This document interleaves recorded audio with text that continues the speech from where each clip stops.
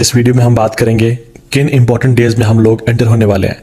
कुरान और हदीस में इन दिनों के बारे में क्या क्या वर्चूज़ बयान किए गए हैं और क्या क्या ऐसे भी दो दिन हैं जिनके रोजे रखने से पिछले 3 साल गुनाह माफ हो जाते हैं। सुभान ताला का बहुत शुक्र और करम है कि अल्लाह ताला ने वक्त को पैदा किया और मुख्तलिफ महीनों को मुख्तलिफ फजीलत दी, मुख्तलिफ दिनों और रातों को मुख्तलिफ दिनों और रातों में फजीलत दी, ताकि हम एक नई मोटिवेशन के साथ, एक नई इंथुजियाज़म के साथ अपनी ज़िंदगी में इबादत की लज्जत को दोबारा पा सकें और अपने रब को राज़ी कर सकें और अपनी असल ज़िंदगी के लिए कुछ आगे भेज सकें।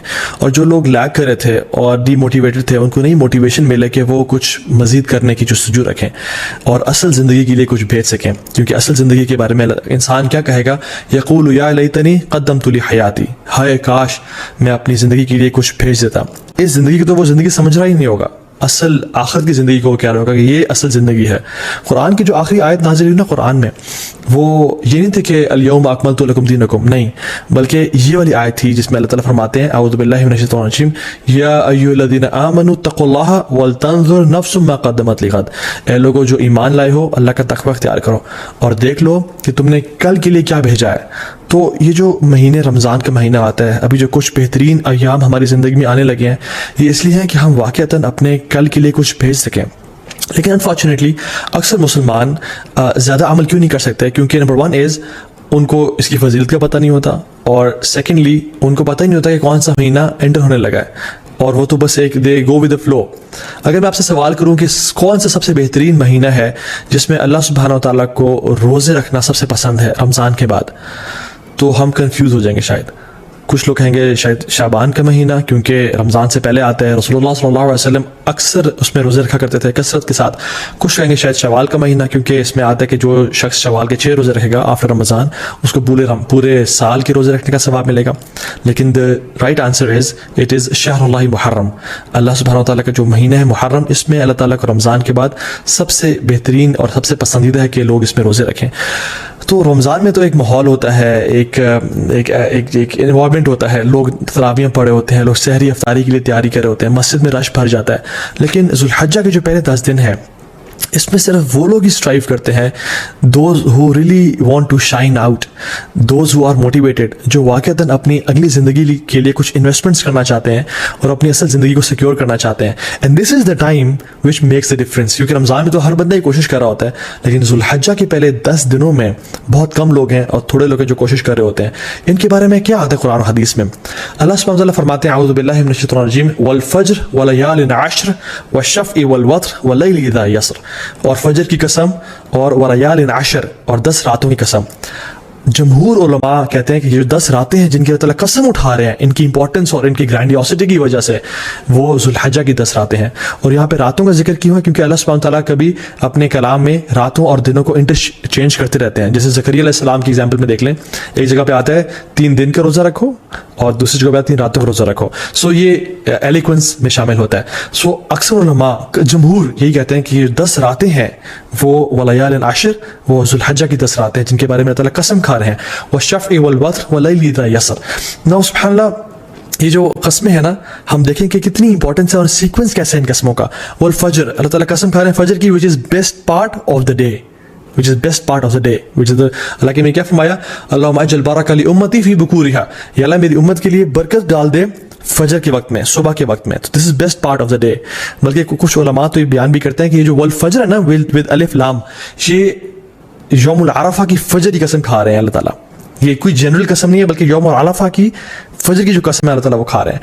वलयालिन अशर, और बेहतरीन 10 रातों की कसम खा रहे हैं। सो पहली कसम खाई best part of the day की, दूसरी कसम खाई best days of the year की, और तीसरी कसम खाई वश्शफ़इ वल वत्र, and by the odd and by the even. Allah ताला best days in these 10 days की कसम खा रहे हैं, which is the 9th and the 10th of हज, यौमुल अरफा एंड यौमुन नहर, ईद का दिन और अरफा का दिन। अल्लाह अकबर।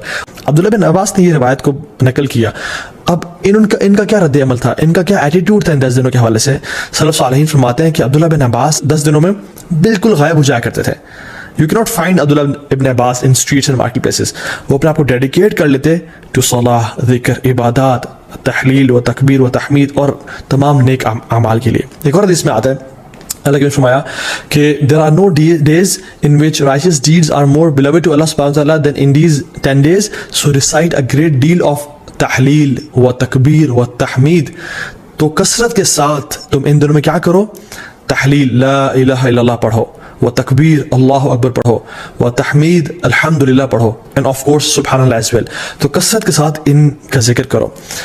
इन दिनों की इंपॉर्टेंस क्यों है? सम ऑफ द उलमा से कि अल्लाह सुब्हानहू तआला ने अरफा के दिन अल यौम अकमलतु लकुम दीनकुम व अतममतु अलैकुम निअमती व रज़ीतु लकुम इस्लाम दीना, अरफा के दिन इस्लाम को कंप्लीट किया और मुकम्मल किया। और इन 10 दिनों में अल्लाह अकबर तमाम इस्लाम के अरकान इकट्ठे हो जाते हैं।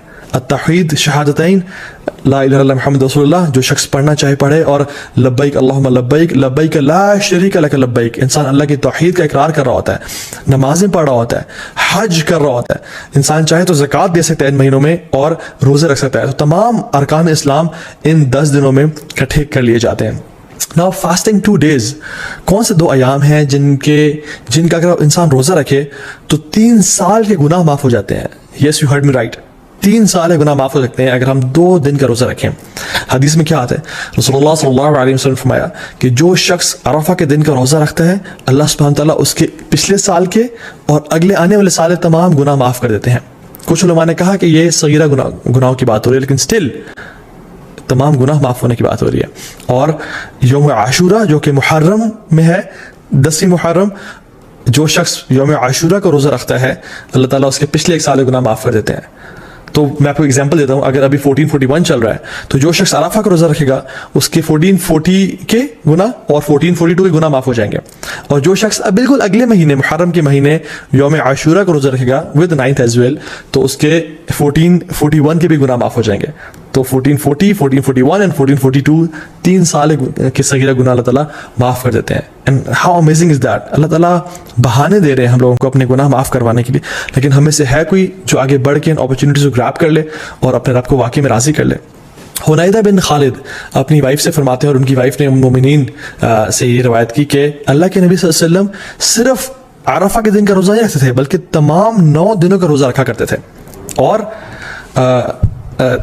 इन 9 दिनों के अलावा यौम आशूरा का दिन जो कि मुहर्रम में है, 3 days ऑफ ईच मंथ जो कि अयामुल बीज बोलते हैं, which is the white days. Why? Because 13, 14, 15 के ये आयाम है जिसमें जो सन है, सॉरी जो मून है, वो अपने फुल अपने पेनिकल पे होता है, इट इज़ वाइट, और रातें भी रोशनी की तरह होती हैं। So it is the white days which अयाम बीज, इनके रोज़ा रखा करते थे, और मंडेज और थर्सडे के रोज़ा रखा करते थे। सो आई रिपीट, अल्लाह के नबी सल्लल्लाहु अलैहि वसल्लम फर्स्ट 9 days ऑफ ज़ुल्हिज्जा, आशूरा, and the 3 days of each month, which is Ayyam Bees, 13th, 14th, 15th of every month, और Mondays और Thursdays का रोज़ा रखा करते हैं, क्योंकि अल्लाह के नबी सल्लल्लाहु अलैहि वसल्लम ने फरमाया कि Mondays को और Thursdays को अमाल अल्लाह ताला के पास के सामने पेश किए जाते हैं।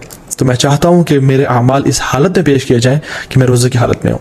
और फिर एक और बात आता है कि मंडे को रसूलुल्लाह सल्लल्लाहु अलैहि वसल्लम की विलादत हुई थी, पैदाइश हुई थी, तो वो इस खुशी में भी रोज़ा रखते थे।